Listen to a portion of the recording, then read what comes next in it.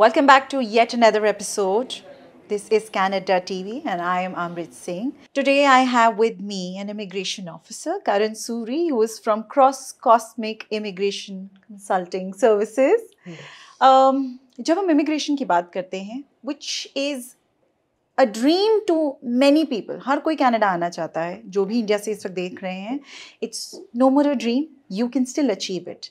लेकिन क्या वो सही तरीके हो सकते हैं जिससे आप कनाडा में आ सकें, सिर्फ आ नहीं सकें, सेटल भी हो सकें और फिर कुछ टाइम बाद आप किसी और को भी ये सलाह देने लायक हो जाएंगे कि सही रास्ते से आना is always the best choice. कुछ लोगों के जितने भी स्ट्रगल्स हैं या ट्रू स्टोरीज हैं उसके बारे में भी बात करेंगे और क्या क्या गलतियाँ शायद हम वहाँ इंडिया में बैठे कर रहे हैं या यहाँ आके भी कर रहे हैं, वो भी डिस्कस करेंगे. All your problems, one solution, and I have him right in front of me. So let's welcome him and ask him all those questions that you have in mind. So welcome to the show, Karan. Thank you so much, Amrit. Thank you for having me. I'm so delighted actually. मेरा यहाँ पे आने का जो सफ़र था वो बहुत आसान था. कई बार मैं ऐसी फीलिंग में आ जाती हूँ ना कि जो मुझे चीज़ आसानी से मिल गई तो चलो वापस चलते हैं, क्या रखा है यहाँ पे, इतना स्ट्रगल मुझसे नहीं होगा. तो मैं इस चीज को कभी कभी इज्जत नहीं कर पाती हूँ. But you know this struggle. I know this struggle, you are right. नहीं, आपको आई डोंट नो आपको कितनी देर हो गई, मुझे यहाँ 13 इयर्स होने वाले हैं. ओह, मुझे सिर्फ 2 साल हुए हैं. और मैं भी जैसे काफ़ी स्टूडेंट्स की आपने बोला कि इंडिया में बैठ के क्या डिसीजन ले, यहाँ आके कैसे अपनी स्ट्रगल को सही डिसीजन लेके अपने करियर की तरफ जाएं, तो मैंने वो खुद एक्सपीरियंस किया है. So when I came back in 2012, I also came as an international student. तब जब हम अपनी बैचलर्स डिग्री करके बस जलंधर से बैचलर्स डिग्री करी और सारे जा रहे थे, तो मैंने कहा चलो हम भी चलते हैं, देखते हैं क्या है कनाडा. बट मेरे को उस टाइम पे मेंटर बहुत अच्छे मिले, जिन्होंने मुझे एक रूरल एरिया में भेजा, जहाँ की पॉपुलेशन सिर्फ 30-40,000 थी अभी. 30-40,000? Yes. Where was it? It's on Comox Valley, Vancouver island पे. Okay. और कॉलेज वहाँ पे जो कॉलेज है वहाँ पे मैं पहले आया. तो सबसे पहले तो मेन इम्पॉर्टेंट चीज़ जो मेरे साथ हुई अच्छी वो ये थी कि मुझे वहाँ जाके कैनेडियन एक्सपोजर मिला, जो कि मोस्ट इम्पॉर्टेंट है हर बंदे के लिए जो कनाडा आ रहा है. क्योंकि कैनेडियन एक्सपोजर के बगैर अगर आप आ रहे हो तो you are coming from one Punjab to another, one Rajasthan to another. हाँ, this is reality. This is मतलब अगर गुजरात से उठ के गुजरात, पंजाब से उठ के पंजाब ही आ रहे हो, इंडिया से उठ के इंडिया में ही आ रहे हो, तो आप कनाडा आ रहे हो तो कैनेडियन एक्सपोजर ही नहीं है आपके. There's no exposure. तो वो मेरे मेंटोर की जो मेरे को आज तक मतलब वो मेरे आज भी मेंटोर है, अब हमेशा रहेंगे. यही बात अच्छी लगी कि उन्होंने मुझे वहाँ भेजा. वहाँ पे सिर्फ 7-8 हमारे जैसे इंडियन बच्चे थे, बाकी क्लास में सारे लोकल वहाँ के स्टूडेंट्स थे जो वहाँ के हाई स्कूल से पढ़े हुए थे. Alright. तो अब वो देखो आप कि मैं उनके साथ प्रोजेक्ट्स कर रहा हूँ. I felt nervous at that time कि मैं प्रोजेक्ट्स कर रहा हूँ यार इनके साथ. मैंने तो कभी गोरे अपने लाइक कैनेडियंस या कोई भी और नेशनैलिटी के साथ कभी मैं उठा बैठा ही नहीं. सो आई हैड दैट इनसाइड के यार थोड़ा वो लगता था, शाय फील होता था या जो मर्जी आप कह लो. बट वो लोग उतने ही friendly, then we start making friends और उनके साथ प्रोजेक्ट्स करके हमारे को कैनेडियन में कैसे चलती है मार्केट वो पता लगा. तो वहाँ पढ़ के मेरे को मोस्टली जो अच्छी चीज़ ये लगी कि मेरे को कैनेडियन एक्सपोजर राइट है तो जगह पे मिल गया. और वो रूरल एरिया था तो वेलकमिंग लोग थे और आपकी ग्रोथ बढ़िया होती है वहाँ पे. तो क्या आपने फ्रेंच सीखी? फ्रेंच नहीं सीख पाया क्योंकि उसके बाद मैं वैंकूवर था for 6 years after graduating from the college. फिर यहाँ आ गए टोरंटो, तो never had an exposure to French, but yes, आज की डेट में तो सबको कह रहे हैं कि फ्रेंच ही सीखो. आज की डेट में तो what is this suggestion? Suggestion मैं आपको बताता हूँ कि देखो बच्चे अभी क्या है, they have jobs. अभी वो ग्रेजुएट हो रहे हैं, अगर अच्छे स्किल में ग्रेजुएट हो रहे हैं, they have jobs. वो टीयर 0, 1, 2, 3 की जॉब्स में है ऑलरेडी या मिल जाएगी इवेंचुअली. 3 साल का वर्क परमिट भी जिसके पास है उसको विद इन 6 months वहाँ तक पहुँचना होता है, वो पहुँच जाते हैं. अगर वो पहुँच गए, वो 1 साल का एक्सपीरियंस ले लें और साथ में अगर उनको फ्रेंच आती है तो अभी भी देखो आपने 12% कोटा कर दिया IRCC ने फ्रेंच को PR करने के लिए. They want people to know the second language. They want people to know the second language. But कितनी इस्तेमाल होती है ये लैंग्वेज? अगर हम सिर्फ बात करें ओंटारियो GTA की, हाँ जी, और वैसे भी अब जैसे हम बात करेंगे, अभी हम स्ट्रेट अवे बात करेंगे सिर्फ स्टूडेंट्स के बारे में, ठीक है। क्योंकि मुझे ऐसा लगता है स्टूडेंट्स की एक जो लाइफ होती है ना, वो उनकी तो होती ही होती है, बट हमारे लिए तो लाइफ लाइन है इमिग्रेशन में। अगर देखा जाए, the Canada is surviving on all those economy that we student bring. तो जैसे हम स्टूडेंट की बात कर रहे हैं, वाई लोगों को यही नॉलेज दी जा रही है कि तुम घुसो और ओंटारियो में ही घुसो, जबकि ऐसे कितने सारे प्रोविंसेस हैं और ऑप्शंस हैं जहाँ बच्चों को सरवाइव करने का मौका भी मिलेगा। वो ही बात है, आप किसके थ्रू आ रहे हो, किसको मिल के आ रहे हो, खुद अप्लाई अपनी रिसर्च करके आ रहे हो। जब आप किसी भी कंट्री से आ रहे हो, who are you going to take that decision for you, that is the most important thing ना। आप किसके पास जाके डिसीजन ले रहे हो। If you going to a person और वो आपको अच्छी सलाह नहीं दे पा रहा है क्योंकि वो लोकल है, उसने कभी कनाडा ही नहीं देखा, तो वो कैसे आपको बता सकता है, या उसने कनाडा में लाइफ नहीं स्पेंड करी, वो कनाडा में और बैठ के नहीं उसकी लाइफ को जी रहा, तो वो आपको कैसे गाइड कर सकता है कि भाई कहाँ पे जाके पढ़ो। तो आज की डेट में देखो ना, ओंटारियो में लोग आए बिजनेस पढ़ने आए, हॉस्पिटैलिटी पढ़ने आए, उन्होंने स्किल क्या लिया, बिजनेस और हॉस्पिटैलिटी। तो एंट्री लेवल जॉब्स के अलावा कोई ऑप्शन ही नहीं बची।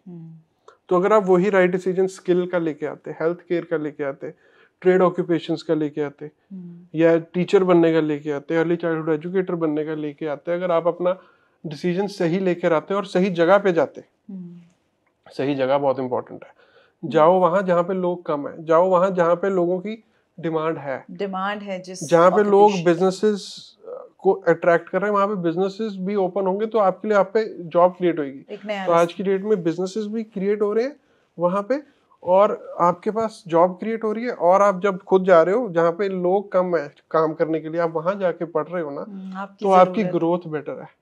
बट सबसे बड़ी गलती मुझे ऐसा लगता है, गलती ही शुरुआत में हो रही है। मान लीजिए कोई इंडिया में है, सबसे बड़ी गलती आज की डेट में हम इंडियंस क्या कर रहे हैं कनाडा आने से पहले, वो आप बताइए। जैसे कि एक सबसे बड़ी गलती मेरे ख्याल से यही है कि आप सही बंदे के पास नहीं जा रहे। तो मैं वही कह रहा हूँ, देखो काफी लोग ना ये सोचते हैं कि हम, मेरा फ्रेंड XYZ के पास से गया तो मैं भी उसके पास से जाऊंगा, एक ये चीज। दूसरी चीज, मुझे तो बस कनाडा पहुंचना है, बाद में तो सब कुछ हो ही जाएगा, और मुझे पहुंचना अपने रिश्तेदार के पास ही है। वही जो शुरू में बात कर रहा था, इंडिया से उठ के इंडिया आना है। तो आप कैसे आप स्किल ग्रो करोगे ना, देयर इज नो सर्वाइवल। तो आप करियर काउंसलिंग लेके आओ। देखो आप कनाडा आ रहे हो, आप सिर्फ don't come for the sake of it. फिर देखो, अगर आप सिर्फ पहुंचने के लिए आ रहे हो कि हाँ भाई वहां पहुंच जाए, वो काम ना करो। आप आओ अपना करियर बनाने आओ ना, तभी तो आप स्टडी वैसे ही लो जिसके बाद आपको पता है आपका करियर बनेगा ही बनेगा। तो फिर कैसे पता चलेगा कि एक सही कोच क्या हो सकता है, या कैसे पता चलेगा कि ये लेजिटिमेट हैं ये कंसल्टिंग सर्विसेज इंडिया में? सो इंडिया में भी कई फर्म्स हैं, हमारी भी कंपनी अगर ऑपरेट कर सकती है, वर्चुअली तो ऑपरेट कर ही सकती है, we can have an office there as well. तो हम मीटिंग्स करें, आप जिससे भी मीटिंग बुक करो, CICC की वेबसाइट पे जाके देखो, उनके पास लाइसेंस है प्रैक्टिस करने का। Alright. So if you go on CICC, find my consultant करोगे, कंसल्टेंट का नाम डालोगे, alright, then you will find out if that person is authorised to practice और नॉट। ओके, ठीक है। अगर कंसल्टेंट ऑथराइज्ड टू प्रैक्टिस है, उसी से एडवाइस लेके, चाहे आप स्टडी आ रहे हो, चाहे आप वर्क आ रहे हो, चाहे आप डायरेक्ट PNP, चाहे आप बिजनेस करने आ रहे हो, चाहे PR करने आ रहे हो, ऐसे बंदे से एडवाइस लो जो CICC पे फाइंड माय कंसल्टेंट लिस्ट में आ रहा है। परफेक्ट। तो ये हो गया नंबर 1 पॉइंट, आपने CICC में जाके सबसे पहले ये काम करना है। एंड अगर फिर भी आप क्लूलेस हैं, you know where to go. Yes. Karan Suri, आप globally आप कह रहे हैं कि you work yes, we for work India globally. as well. So cross cosmic, मैंने और मेरे एक बिजनेस पार्टनर भावुक अरोड़ा, हम दोनों ने ये चीज फाउंड करी। So what we had our experiences in working in corporate, and हमारी thinking mindset to bring career changes to people's life, not just giving them PR or not just for the sake of it, वही बता दो ऐसे कर लोगे तो PR हो जाओगे। नहीं, आपने जो पढ़ा है, आपने जो काम किया है, उससे आपका करियर भी कैसे बने, वो बताना। तो वो विजन हमारा था, तो हमने एक स्टार्टअप शुरू किया। But yes, I have licenses 2017, worked in this industry in different, like for colleges, for education, counseling with a company as well, and then after work for another immigration firm before. So मेरे पास ये सारा था। तो मतलब vision अगर आपका सही हो, तो मतलब राइट पर्सन के पास अगर आप आओगे, वही उसी के पास आओ जिसने हजारों लोगों को बात करी हो ना, जिसने ऐसी सिचुएशन खुद जी हो ना। खुद अब जी जैसे मैं 2012 में आया हूँ, मैं स्टूडेंट आया, मैंने हर तरह की और जॉब करी, और एक नहीं दो नहीं, मेरे अगर काउंट करूँ 50 तो हो ही जाएंगी। तो 50 टाइप्स ऑफ जॉब आपने करी, तो आप सोचो आपके पास एक्सपोजर कितना है। बहुत ज्यादा। तो मैं वही मेरी गलतियों से बच्चों को कहता हूँ कि भाई तुम मेरी गलतियों से सीखो। फिर फ्रस्ट्रेशन मुझे इसी बात की होती है जब वो मेरी गलतियों से नहीं सीखते, फिर वो कह रहे कि पहले मैं गलती कर लूं, चोट खा के ही सीखूंगा। हाँ। यार ये थोड़ी कोई बात है। अगर आप हमारे पास एडवाइस के लिए आ रहे हो, इतनी बात समझ लो कि मैं आपके जैसा ही था, बस इतना ही बोलता हूँ कि मैं आपके जैसा ही था। Ready to listen, ready to listen. पर एक और बहुत बड़ी गलती है जो मुझे लगता है कि स्टूडेंट्स करते हैं, वो ये कि कोई भी तरीके की स्टडी के ऊपर ये लोग आ जाते हैं, किसी भी तरीके का कोर्स उठा लेते हैं, which makes no sense to their career path. आपको लगता है कि वो सही कर रहे हैं? क्योंकि उन्हें वो यूटिलाइजेशन कैसे करेंगे उस डिग्री का? जैसे कि कोई स्टूडेंट है जो इंडिया में शायद फैशन डिजाइनिंग कर रही थी, यहाँ आके she is doing something which is completely different to her career just because she wanted to come here. मैं आपको बताता हूँ, मैकेनिकल इंजीनियर मेरे पास आते हैं, यहाँ पे रेस्टोरेंट में काम कर रहे हैं। क्यों? क्योंकि उन्होंने यहाँ पे स्टडी उसके रिलेटेड ही नहीं ली। इसके अलावा हेल्थ केयर के प्रोफेशनल्स जो हैं, जो आप ग्रेड 12 ग्रेजुएट हो, ठीक है, पहले तो आप ग्रेड 12 के बाद आ रहे हो, आपके पास अपॉर्चुनिटीज कितनी है? आप ये समझो कि आपके पास हर वो स्किल सीखने की अपॉर्चुनिटी है अगर आप 3 to 4 ईयर की डिग्री कर लो। Yes.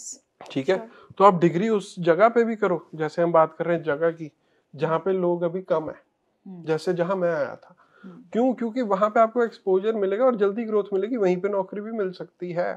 और आज मैं अगर जाता हूँ उस जगह पे, गया हूँ अभी मैं पीछे 10 साल बाद, वहां पे अब 30,000 की पॉपुलेशन नहीं है, अब 1,40,000 की पॉपुलेशन है। अच्छा।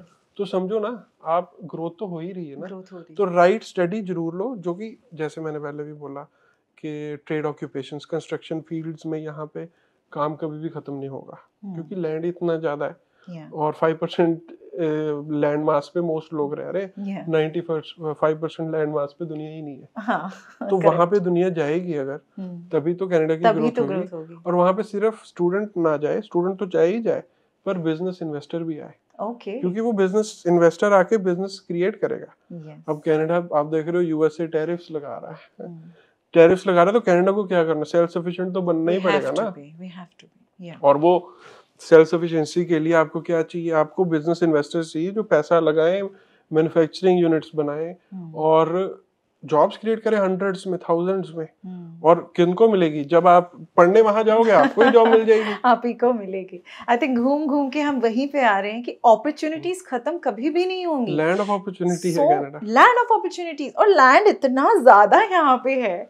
जस्ट थिंक अबाउट इट, आपके पास कितनी सारी अपॉर्चुनिटीज हैं। सिर्फ स्टूडेंट्स नहीं, आप अगर बिजनेसमैन भी हैं, you can also come and do business here. उसके बारे में बात करेंगे, लेकिन फिर से again I want to come back to this point कि स्टूडेंट्स कहाँ पे गलतियां कर रहे हैं।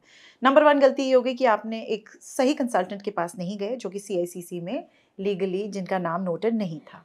दूसरी गलती आपने ये करी कि कोई भी तरीके का आप सब्जेक्ट उठा रहे हैं जिसको आप कोई वैल्यू ही नहीं वो आपकी लाइफ में ऐड कर रहा है।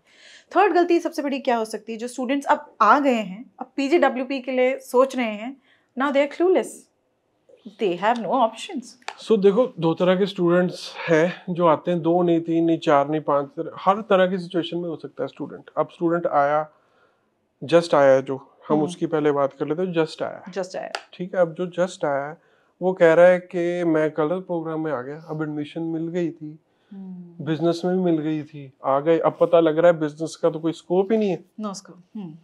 सो हम उसको हेल्प कर सकते हैं ना, हम उसको हेल्प करके उसका कोर्स बदलवा सकते हैं।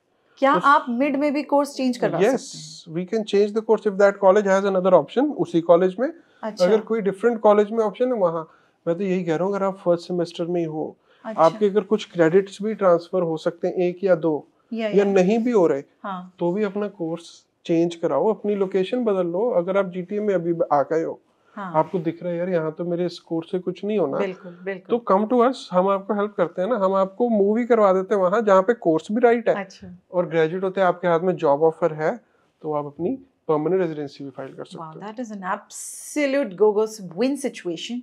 आई थिंक आपको डेफिनेटली ये पाथ चूज करना चाहिए। अगर इफ यू फील कि आप जिंदगी में कहीं स्टक फील कर रहे हैं, वो एक स्टक वाली फीलिंग पता चल जाती है आज के डेट में मुझे ऐसा लगता है स्टूडेंट्स बहुत स्मार्ट हैं। अगर वो यहाँ इतनी दूर आ सकते हैं मम्मी पापा से दूर, आई रिमेम्बर माई टाइम जब ये सारे सपने नहीं देखती थी मैं कि कनाडा जाना है, बहुत क्लूलेस थी मैं। पर आपके पास अभी भी अपॉर्चुनिटी है, इफ़ यू स्टिल कम, और पहले साल में ही है, change your career right now, consult them.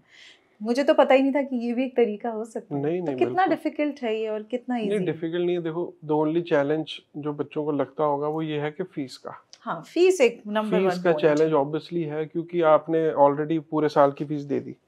First semester की फीस में से क्या रिफंड होगा क्या नहीं होगा, ये बच्चों के दिमाग में आएगी, नेचुरल सी बात है, ठीक है।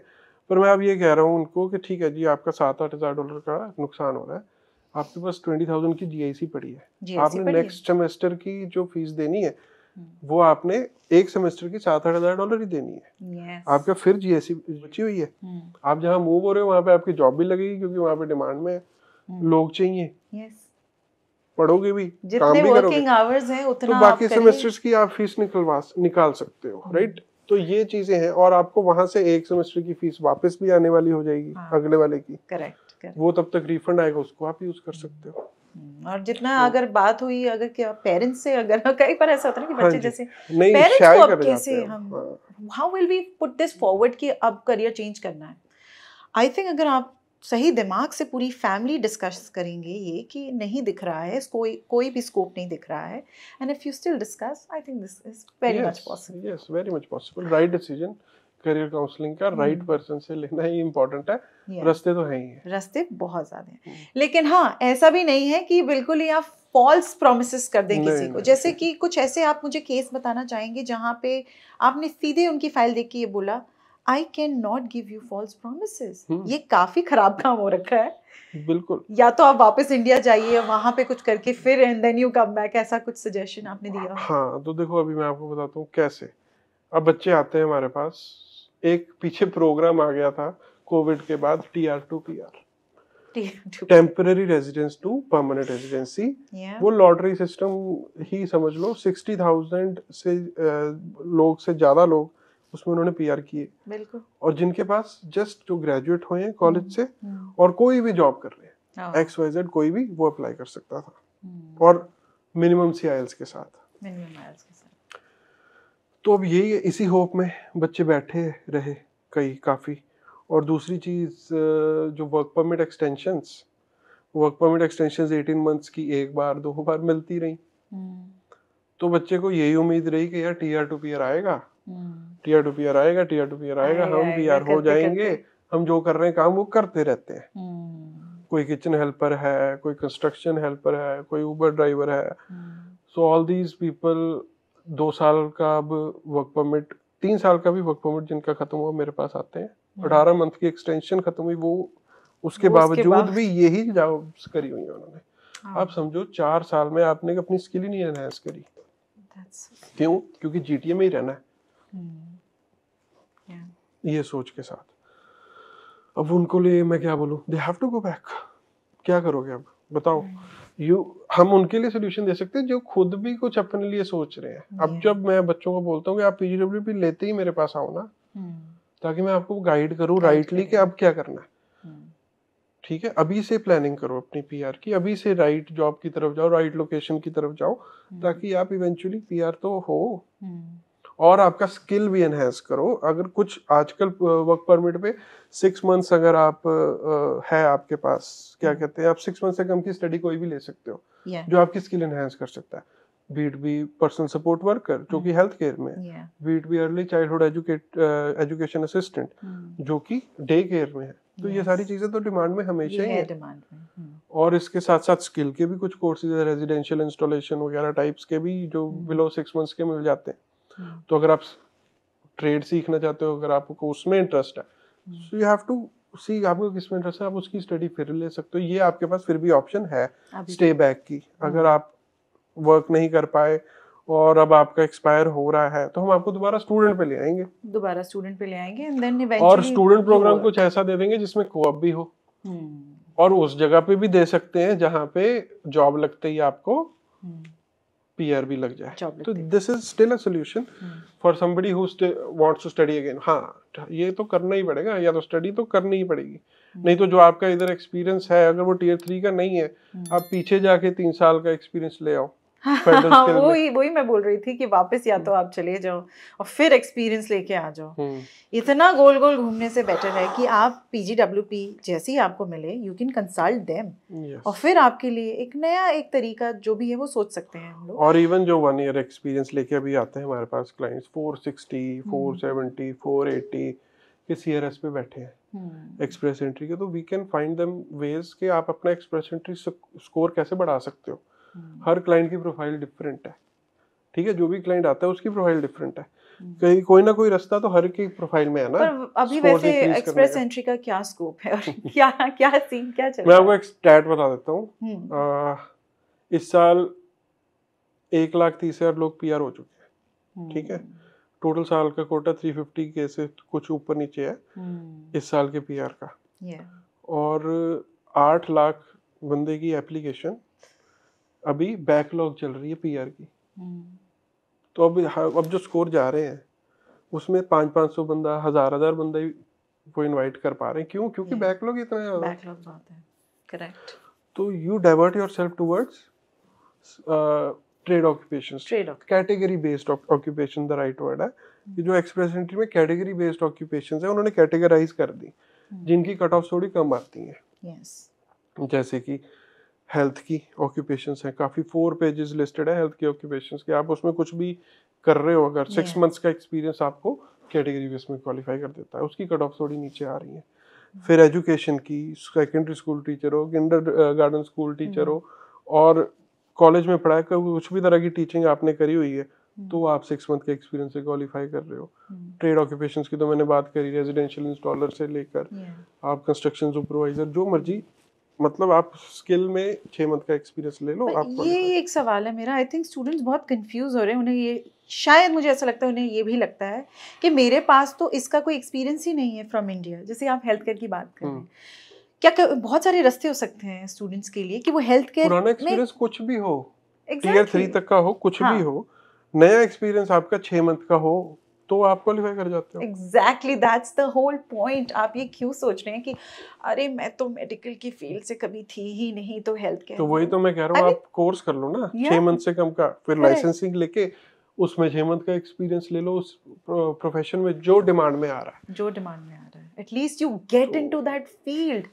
ये छोटे छोटे रेस्टोरेंट से या वहाँ जहाँ पे आप ग्रोसरी में कहीं स्टोर में काम कर रहे हैं, कहीं फार्मर्स के साथ काम कर रहे हैं, आई अंडरस्टैंड, आई नो आपको कई हद तक ये काम करना पड़ता है। Karan, you have done it yourself, you have done it, but उससे बाहर निकलने का सोचिए। You are stuck in life, you have to realize this. मैं कितनी बार ग्रोसरी स्टोर्स में जाती हूँ, डिपार्टमेंटल स्टोर्स में, and I see those students still working there and I feel bad. मुझे ऐसा लगता है that they are clueless. Yes, because वो स्टूडेंट लाइफ में है। और देखो मेरे को वही नहीं समझ आता, देखो एक जॉब अभी क्या है, आप ये भी समझो ना, GTA में अनएम्प्लॉयमेंट रेट 8% है रिकॉर्डेड, 8% से ऊपर है GTA का अनएम्प्लॉयमेंट रेट।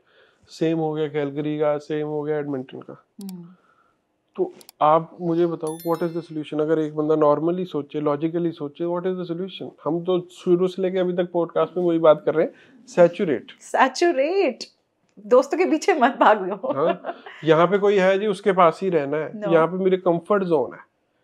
दुनिया कह रही है कंफर्ट जोन सबसे बड़ी चीज है हर बंदे के लिए, क्योंकि कंफर्ट जोन में सबको मजा आता है। शाम को नेटफ्लिक्स देखना है, कंफर्ट जोन है, रजाई से निकलना नहीं, सुबह लेट उठ जाना है, काम पे भी लेट पहुंचना है, वो भी क्योंकि कंफर्ट जोन है। ये कंफर्ट जोन से बाहर नहीं निकलता, वही कंफर्ट जोन है GTA, जहाँ पे कभी भी कोई इंडियन मूवी लगेगी हम देख सकते हैं, कोई भी रेस्टोरेंट अच्छा खाना है मेरा यहाँ मिल सकता है। पर Canadian exposure is where lies the opportunity. आज की डेट में करण, आपके हिसाब से which is that one province जहाँ पे बहुत अच्छा स्कोप है? वन प्रोविंस नहीं मैं कहूँगा, मल्टीपल प्रोविंसेस है, ठीक है। अटलांटिक प्रोविंसेस है, अभी भी डिमांड में है उनमें, और इवन ओंटारियो के अंदर भी कुछ ऐसे रूरल एरियाज हैं जहाँ जैसे कि थंडर बे हो गया, टिमिन्स हो गया, ये रूरल में आते हैं। इनके पास भी अगर आप एक स्पेसिफिक जॉब ऑफर लेके जाओ और प्रायर एक्सपीरियंस है, तो आप पीआर ले सकते हो। यहाँ पे भी अभी जॉब ओपनिंग्स हैं और पीआर पाथवेज हैं रूरल में। फिर वैसे ही अल्बर्टा है, वैसे ही मैनिटोबा है, सस्कैचुअन है। तो all those province have a pathway जहाँ पे रूरल में आप जॉब लेकर, कई जगह पे कैटेगराइज भी कर दिया उन्होंने कौन सी जॉब, पर कई जगह पे कोई भी जॉब अगर आप वहां से ग्रेजुएट हो तो मतलब स्कोप, क्योंकि जैसे पहले बात हमने करी 5% एरिया में सारी दुनिया बैठी है, 95% खाली है। तो लॉजिक आप समझिए, सिंपल बात है। Canada also wants, government also would want ना कि उनके बाकी एरियाज अब ग्रो करें। यस, आई थिंक बहुत सारे रास्ते हैं, बट वही है कि you need to get out of your shell, you need to take that one last risk तो लेना पड़ेगा। यहाँ आके सेटल होना है तो रिस्क लेना पड़ेगा, हर एक मोड़ पे लेना पड़ेगा और अपने आप को कुकून से बाहर निकालना है। तो स्टूडेंट्स, ये तो सबसे बड़ी आपके लिए लेजिटिमेट एडवाइस है, प्लीज अपनी फाइल को एक बार रिविजिट करें, थिंक अबाउट इट। दोस्तों के पीछे मत भागिए, दोस्तियां रहती हैं, I know, I understand, this is an age when age होती है और वो go through all of that. Students की हमने बात कर ली, अब बात करते हैं हम लोग very most important, spousal sponsorship. क्या सीन है स्पाउसल स्पॉन्सरशिप का? Why is IRCC so against them? क्या प्यार भी अब फेक होने लग गया है? प्यार अभी से नहीं फेक हो रहा, काफी देर से हो रहा है। तो वो देखो, कनाडा को भी पता लग ही जाता है कि मैरिज है जेन्युइन या मैरिज है कन्वीनियंस की। सो they get into it and they have found it, they have proved it कि marriage of conveniences की applications लगती हैं, ठीक है, और उनके पास substantial proof है जिसके basis पे वो refusals देते हैं।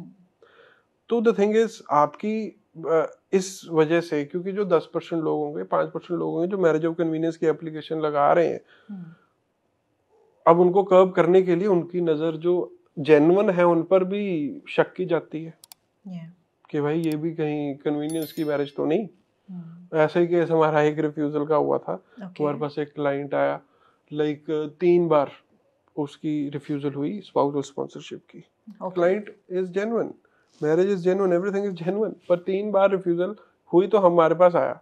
पहले 3 बार कहीं और गया होगा, पर जब हमारे पास आया, मेरे पास आया या मेरे पार्टनर के पास, उन्होंने क्या किया, देखा एप्लीकेशन को, हमने उनके केप्स नोट निकलवाए जीसीएम में डिटेल्ड कि क्या डॉक्यूमेंट लगे थे और क्या रीजन है भाई जिसकी वजह से वो कर रहा है।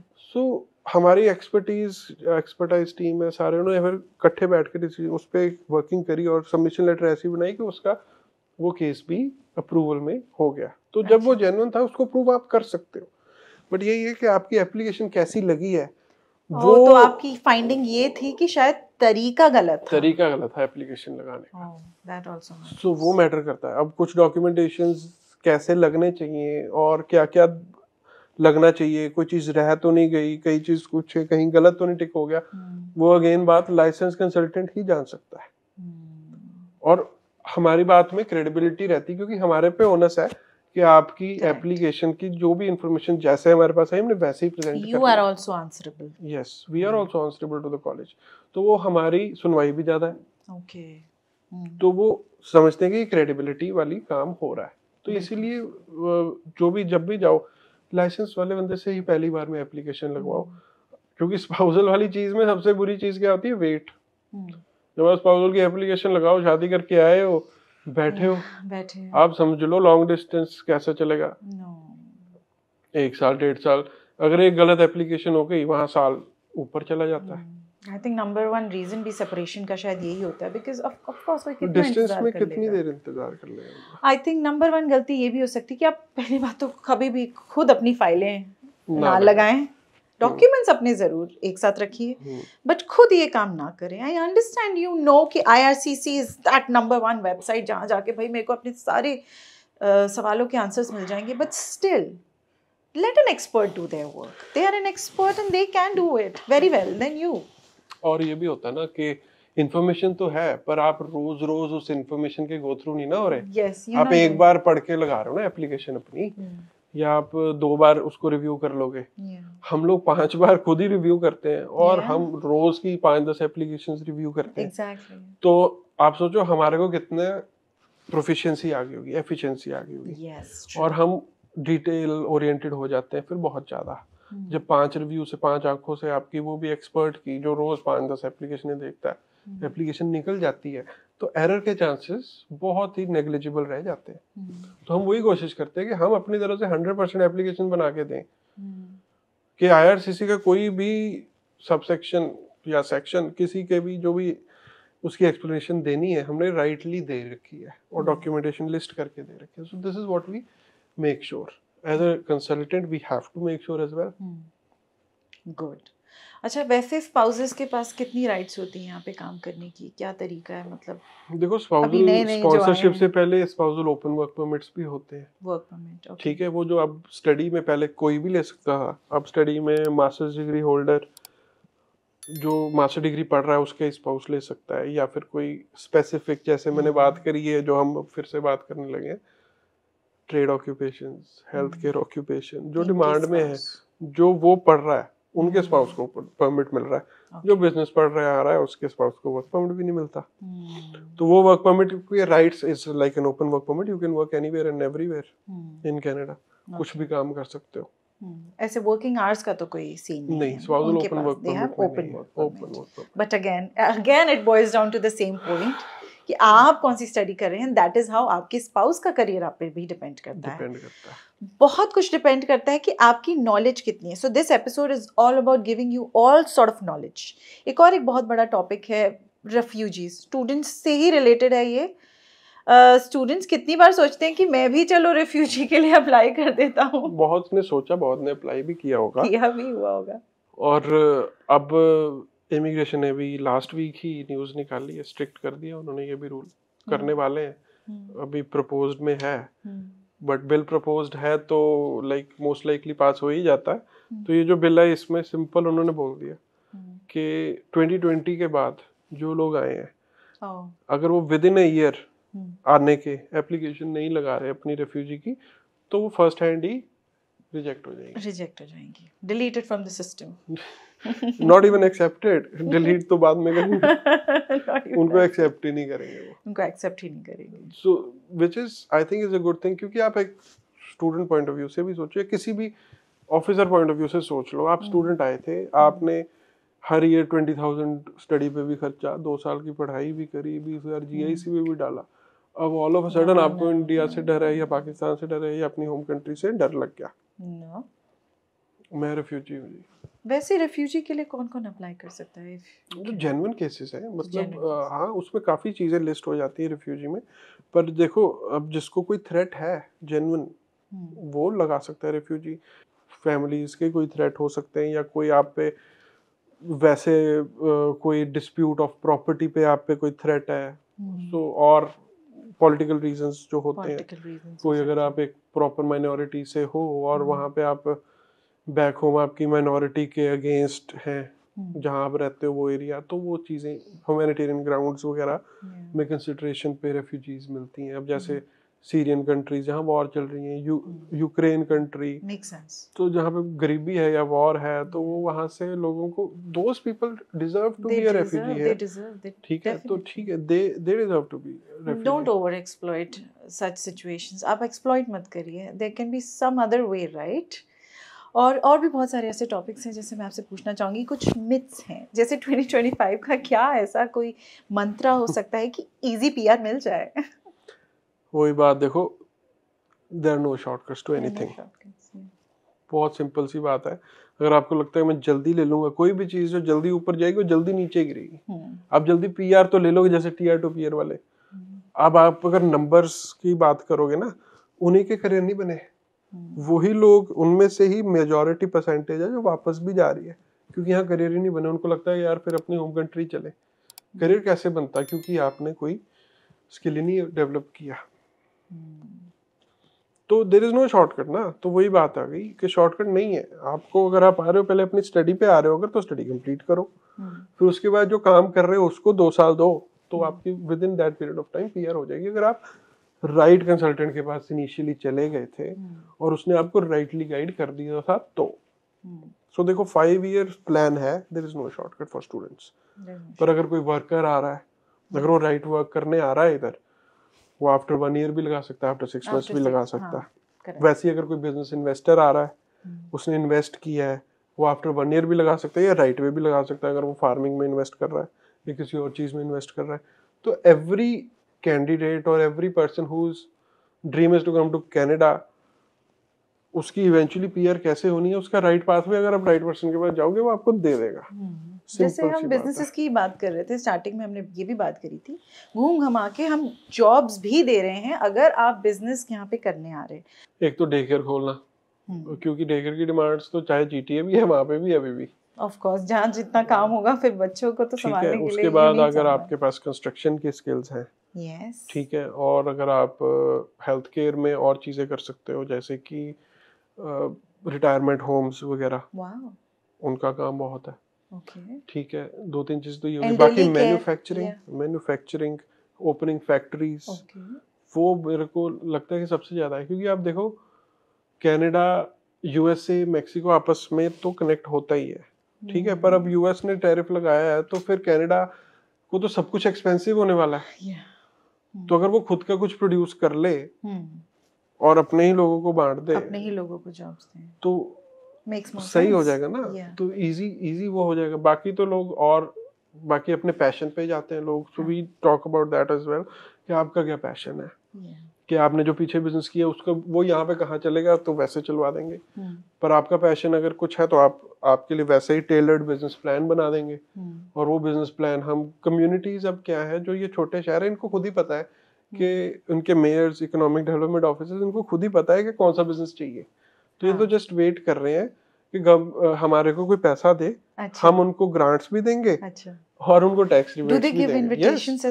Yes, tax rebates, grants and PR pathways भी देते हैं। और वो you just can virtually visit, meet with them first, then वो इनविटेशन देते हैं कि आओ आप देखो हमारी कम्युनिटी में बिजनेसेस, फिर शॉर्टलिस्ट करो, फाइनलाइज करो, और फिर आपको हम, अगर आपकी क्राइटेरिया एलिजिबिलिटी के मीट होते हैं हमारे प्रोविंस को जो चाहिए, तो हम आपको वर्क परमिट लगाने देंगे। अपना वर्क परमिट लगाओ और अपना बिजनेस चलाओ, 1 साल बिजनेस चलाओ, और जैसे आपने पहले बोला था वैसे आपने चलाया, तो आप अपनी पीआर भी लगाओ। That is amazing. एंड यही लोग क्या करेंगे, हमारे जो अनएम्प्लॉयड यहाँ लोग हैं उनको एम्प्लॉयमेंट देंगे। yes. लेकिन सही तरीके से, everything is happening by law, ये मत भूलिएगा।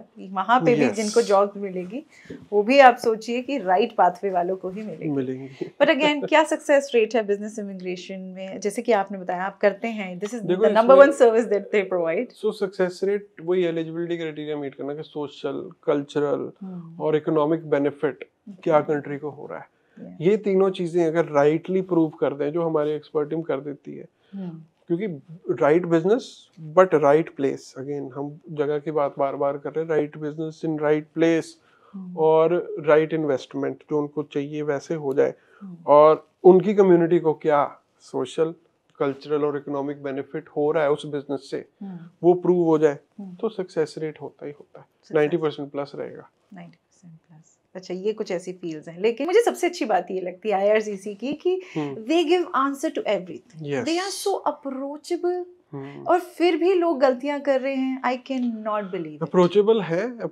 है बहुत है, क्योंकि हमारे लिए तो अलग उन्होंने एक ईमेल दे दी लाइसेंस कंसल्टेंट्स के लिए कि आपके क्लाइंट के लिए कोई प्रॉब्लम है तो उसका क्वेश्चन आप इधर भेजो, हम आपको रिस्पॉन्ड करते हैं। तो वो एक सेपरेट ईमेल उन्होंने हमारे लिए बना रखी कि हम मल्टीपल क्लाइंट्स के बारे में भी बात करें, और उनको भी पता है और पता होना भी चाहिए कि टाइमली मैनर पे सारे रिस्पॉन्सेज दें, क्योंकि these are all time sensitive applications. That's true. कोटे के हिसाब से ही सब कुछ हो रहा है, आई थिंक। और ये कोटे के हिसाब से मैं आपको बताता हूँ, एक ओएनपी क्लाइंट आया ऐसे ही, चलो एक स्टोरी, एक और ओएनपी का क्लाइंट आया, उनका क्या हुआ जी, नाम आ गया था ड्रॉ में। अब क्लाइंट को एक गई ईमेल, 8 महीने बाद एप्लीकेशन लगी, 8 महीने बाद क्लाइंट को एक ईमेल गई। अब क्लाइंट को जब वो ईमेल गई, क्लाइंट ने ईमेल ही नहीं देखी, उस पर डेडलाइन थी, टाइम सेंसिटिविटी की हमने बात करी तो वहां से याद आया, डेडलाइन थी 15 दिन की। अच्छा। और वो 15 दिन उसने तो ईमेल ही नहीं देखी, तो हमारे पास फिर नोटिफिकेशन आ गई, वो बंदे के पास आ गया जी रिजेक्शन। अब वो रिजेक्शन लेके हमारे पास आ गया। नंबर 1 रीजन कि अब ये क्या करें, तो we had to go back and forth multiple times with ONP कि भाई नेग्लिजेंस हुई है, मिसरिप्रेजेंटेशन नहीं है, नेग्लिजेंस है, उससे ईमेल नहीं देखी गई। फिर उसको प्रूफ करना पड़ा ओएनपी को, तो we did all those things, फिर उस पे हमने उसका प्रूव किया, तो वही एप्लीकेशन रजिस्टर्ड हुई। नहीं तो क्या होता, अगले ड्रॉ में तो पॉइंट्स ही बढ़ गए थे, वो पूल से बाहर हो गया था। रिजेक्शन भी आ गई थी, तो पर वही रीइंस्टेट करवा के उसी एप्लीकेशन पे हमने अप्रूवल फिर करवा दिया। एंड अगेन हेंस प्रूव्ड कि why you need a consultant by your side. आपने अपनी तरफ से जो नेग्लेक्ट कर दिया, नेग्लिजेंस हो गई आपकी, but hence they also they fought for you. You know, they are not just taking your, आपके सिर्फ डॉक्यूमेंट्स यहाँ नहीं लिए जाते जैसे इंडिया में आपको सिर्फ भेज दिया गया था यहाँ पे। They fight for you, and moment तक भी अगर आप फाइट कर रहे हैं, I think that makes you a great consultant, I would say. No, that's what we are for. Yeah. और तो हमारे पास लोग आते हैं क्यों, अपनी मजबूरियां या प्रॉब्लम्स लेके ही आते हैं ना। Exactly. हम तो सॉल्वर ही हैं। तो जो हम बेस्ट अपने एफर्ट्स कर सकते हैं वो करना है हमारी, that is like that's the job, वही तो जॉब है हमारी। That's amazing. सो वही मैं तभी कहता हूँ कि हमने तो एक्सपीरियंस लिव किए हुए हैं, तो इसीलिए कनेक्शन जो हो जाता है। Even when I went to my job interviews before, जहाँ पे भी मैंने जॉब की, वो मुझसे why you want to do this, तो मेरा एक ही जवाब होता था, I connect with these people, तभी मैं इनके लिए काम करना चाहता हूँ, क्योंकि इनके हेल्प करने के लिए जेन्युइनिटी चाहिए, एक कनेक्शन चाहिए, क्योंकि समझ तो आए ना बंदे के, अगर मैं आपको मिल रहा हूँ, अगर आप स्टूडेंट हो, आपका जो भी प्रॉब्लम है मुझे समझ जल्दी आ जाती है, क्योंकि मैं भी वहीं से निकला हूँ। Gone through all those तो वो चीज मेरे को मजा भी देती है। Like every day I go to office, मुझे पता ही नहीं आज क्या होना है, कौन आएगा क्या प्रॉब्लम लेके। सो एक 5-7 बंदे Do तो you enjoy all this? Yes, वो तो आप समझो, हम तो एक तरह के वो ही हो गए ना, डॉक्टर हो गए ना, सब कुछ ही खोल देता है बंदा अपना। एवरीथिंग ही टेल्स अबाउट अपना पास्ट भी, अपना प्रेजेंट भी, अपना फ्यूचर प्लान भी। फिर कहते हैं ये एडवाइस दो। And do you give a free consultation as well? अभी अगर आपके पास यहाँ बैठे हैं तो थोड़ी देर के लिए फ्री कंसल्टेशन देख लेंगे, जो आपकी रील देख के अपॉइंटमेंट बुक करवाएगा 15 मिनट फ्री दे देंगे हमको। आपको आधी हमने फ्री कंसल्टेशन तो दे ही दी है, and what else can we do for you. और इसके अलावा भी आपके कोई क्वेश्चंस हैं, मतलब क्या हो सकते हैं आपके questions, they have an answer. और अगर सच में आपके मुंह पे ये भी कहना होगा ना कि नहीं कुछ नहीं हो सकता, आपको सही तरीके से ये भी बोल देंगे, एटलीस्ट आपको सपने नहीं दिखाएंगे। झूठे सपने दिखा के बाद में वही कहता है यार इस बंदे ने मेरे साथ झूठ बोला था, वो तो मुझे याद रखेगा ना, और वो मेरे को नेगेटिव एनर्जी देगी चीज, और मैं क्यों लूं, और मेरे को तो नींद चाहिए ना रात को। भाई मैंने जो अपना काम किया राइट एडवाइस से किया, जो उसके लिए सही है वो बोलो ना, जो मेरे लिए सही है वो तो बाद की बात है, अभी तो वो प्रॉब्लम लेके आया ना बंदा। सबसे बड़ी वार्निंग आप क्या देना चाहेंगे उन तमाम लोगों को, उन स्टूडेंट्स को, उन कपल्स को जो कि अनलाइसेंस्ड इमिग्रेशन कंसल्टेंट्स के पास जा रहे हैं, गलती कर रहे हैं? मिस रिप्रेजेंटेशन है, 5 साल का बैन है, सबसे बड़ी सीख इससे ये सीखो कि आपकी, अगर आप अनलाइसेंस के पास जा रहे हो, यू हैव नो कंट्रोल वो क्या एप्लीकेशन में डॉक्यूमेंट्स डाल रहा है। ठीक है, आपके पास क्या कंट्रोल है। अगर आप रेगुलेटेड के पास जा रहे हो, वो कोई डॉक्यूमेंटेशन जैसा आपका आया उसको वैसे ही यूज कर सकता है अपनी सबमिशन लेटर के साथ, और कोई ऊपर नीचे ऊंच नीच नहीं कर सकता। But unauthorized consultants, they are called unauthorized for some reason, ठीक है ना, तो वो अनऑथराइज्ड प्रैक्टिस करेंगे, वो आपकी डॉक्यूमेंटेशन को गलत तरीके से भी अपलोड कर सकते हैं। मेरे पास काफी केसेस आते हैं, 5 साल के बैन लगे होते हैं उनके पास, और उनको पता ही नहीं होता कि एप्लीकेशन में डॉक्यूमेंट क्या लगे हैं। हाउ फनी इट इज कि उन्होंने क्या दिया, उनको बस वो पता है, पर एप्लीकेशन में क्या लगा, और जो उन्होंने दिया भी होता है ना एलिजिबिलिटी क्राइटेरिया में, अगर 10 चीजें उन्होंने 6 दी होती हैं, 4 तो दी भी नहीं होती कंसल्टेंट को, और जो अनऑथराइज्ड कंसल्टेंट को। तो अभी ये देखो आपकी, अगर आपने यहाँ आना है, देखो सबसे ज्यादा इंपॉर्टेंट लोग वही होते हैं जिनकी यहाँ फैमिली होती है, उन्होंने आना होता है। अब कल को आपको 5 साल का बैन लग जाएगी अगर आप अनऑथराइज्ड के पास हो, आप सोचो कितना मुश्किल है आपके लिए अपने फैमिली से 5 से 7 साल दूर रहना। That's not easy. So ये सबसे बड़ी एडवाइस है कि ना जाओ, क्योंकि आपको नहीं पता क्या डॉक्यूमेंट लग रहे हैं। आप कॉल करते रह जाइए, आपके कॉल नहीं उठाए जाएंगे। वैसे फिलहाल आपको रीच आउट करने का क्या तरीका है? सो क्रॉस कॉस्मिक हम 208 एक्सपोर्ट बुलेवार्ड में है, हमारा यूनिट नंबर 507 है। तो हम टीम ऑफ आरसीआईसीज है, मैं अकेला नहीं, मेरे और भी टीम में भावुक, गुरकवर और आरसीआईसीज हैं, टीम ऑफ आरसीआईसीज है, और हम लॉयर्स के साथ एसोसिएटेड भी हैं, टाइप्स हैं। तो कोई भी जो हम नहीं काम कर सकते, जो लॉयर कर सकता है, उसके लिए we have lawyer, we can book an appointment with the lawyer in house for you. हम लॉयर वहीं बुला के आपको मिलवा सकते हैं। Wow, that is amazing. तो और रीच आउट करने का जो आपने पूछा, सिंपल एक नंबर, एक कॉल अवे है हम, 877-306-3848 877-306-3848 इस नंबर पे कॉल करो। अगर ईमेल से रीच आउट करना है info@crosscosmic.com। और आपने सुन तो लिया ही, पहले मैंने बोला है कि कनाडा की आप वीडियो देख के आ रहे हो तो फर्स्ट कंसल्टेशन आपकी 15 मिनट्स इन पर्सन फ्री। चलिए, ये आपका फायदा हमने आपको करा दिया है।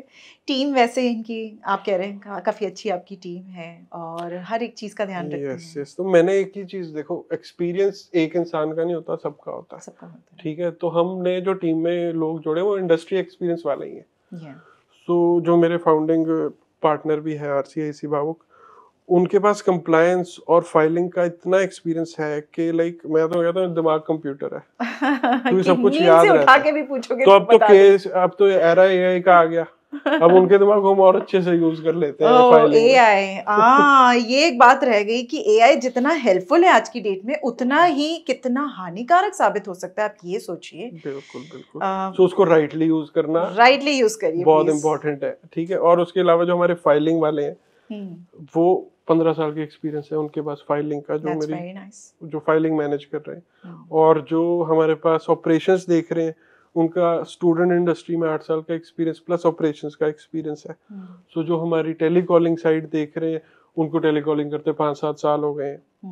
तो जो भी हमारे टीम मेंबर है, वी मेक श्योर कि यार एक्सपर्ट, और उन्होंने एक्सपर्ट तो हो ही हो और इंडस्ट्री का एक्सपीरियंस हो जेन्युइन, तभी काम करें, है ना। क्योंकि हम दुनिया की लाइफ हमारे हाथ में है, जो भी आ रहा है अपनी लाइफ, पूरी लाइफ का डिसीजन है उसका। कनाडा मूव होना या कनाडा में PR होना, वर्क परमिट, स्टडी परमिट, जो मर्जी चीज आप, जो भी आप करियर भी उनके लिए चूज कर रहे हैं, सही तो सही बंदा नहीं करेगा तो वो दिल को खुशी नहीं देती वैसा काम। तो इसीलिए that's why I make sure कि हमारी टीम में जो जुड़े सबकी अपनी कंपनी है, सबकी अपनी company. We all are founding 6 people है अभी। हम फाउंडिंग मेंबर्स बोलते हैं अपनी कंपनी के, ये क्योंकि ये कोर है हमारी कंपनी का। और इस कोर से ही हमने चेंज लेके आना है इमिग्रेशन इंडस्ट्री में। इसी कोर से हमने करियर बनाने लोगों के, तो फिर सबके ऊपर ओनर्स रिस्पॉन्सिबिलिटी है। तो वो सब एक पेज पे आके फिर काम करते हैं। Same mindset. सो क्योंकि और उनका पैशन है, सबका यही पैशन है कि लोगों की लाइफ में डिफरेंस लेके आए। That's all. You can also bring a difference to your life, but यही है एक नंबर आपने घुमाना है, cross cosmic immigration consulting services. और ऑफ कोर्स जेन्युइन है, ट्रस्टवर्दी है, खुद वो एक्सपीरियंसेस को अपनी लाइफ में झेल चुके हैं। Life has been an experience for them, and of course इनसे ज़्यादा जेन्युइन मुझे नहीं लगता कोई हो सकता है, बिकॉज जो एक्चुअली में यहाँ बैठे हैं ना, only those people can understand ये क्या चल रहा है, क्या सिनेरियो है आज की डेट में। सही बात है। सो या this is your time to take your step and keep watching Canada TV। कोई भी आपके सवाल हैं तो आप कमेंट्स में हमसे पूछ सकते हैं। And till then remember there is still a hope. आपकी फाइल रिजेक्ट हो गई है, don't worry, contact them. Thank you so much, Amrit.